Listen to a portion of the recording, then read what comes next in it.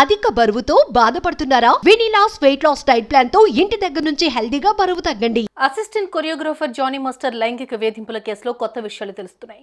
తాజాగా Johnny master భార్య ఈ విషయంపై స్పందించారు. ఉప్పరపల్లి కోర్టుకు వచ్చిన ఆమె అక్కడి నుంచి ఇంటికి వెళ్తున్న సమయంలో మీడియా వేసిన ప్రశ్నలకు బదులిచ్చారు.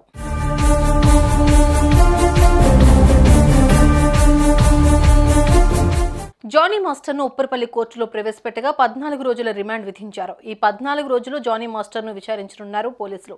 అసలు ఏం జరిగింది అనేది రెండు వైపులా తెలుసుకుని రిపోర్ట్ రెడీ చేయనున్నారు. ఆ తర్వాత మళ్లీ న్యాయస్థానంలో ప్రవేశపెట్టనున్నారు. ప్రస్తుతం జానీ మాస్టర్ను చంచల్గూడ జైలుకు తరలించారు.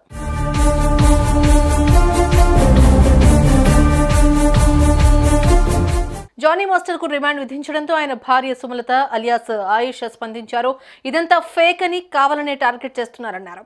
ఎదగడం ఇష్టం లేక పెద్దవాళ్లే సదరు అమ్మాయితో ఇలాంటి పని చేయించారని చెప్పారు.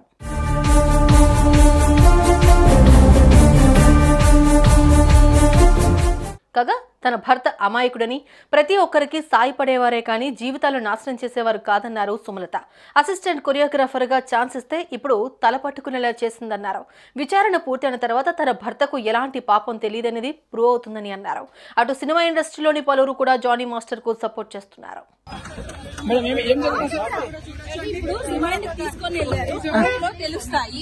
నేను అదే చెప్తున్నాను.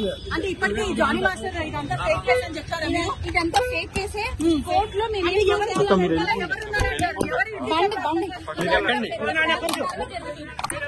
ఇప్పటి వరకు ఒకవైపు వర్షన్ మాత్రమే తెలిసింది. ఇప్పుడు మాస్టర్ వర్షన్ కూడా తెలియనుంది. ఇందులో ఎవరి ప్రమేయం ఎంతుంది, వీరిద్దరి పరిచయం ఎలా ఇక్కడి వరకు దారితీసింది, ఈ విషయాలన్నీ ఇరువైపులా వారిని అడిగితేనే తెలుస్తాయి. చూడాలి మరి పోలీసులకు జానీ మాస్టర్ ఎలాంటి వివరణ ఇస్తారో.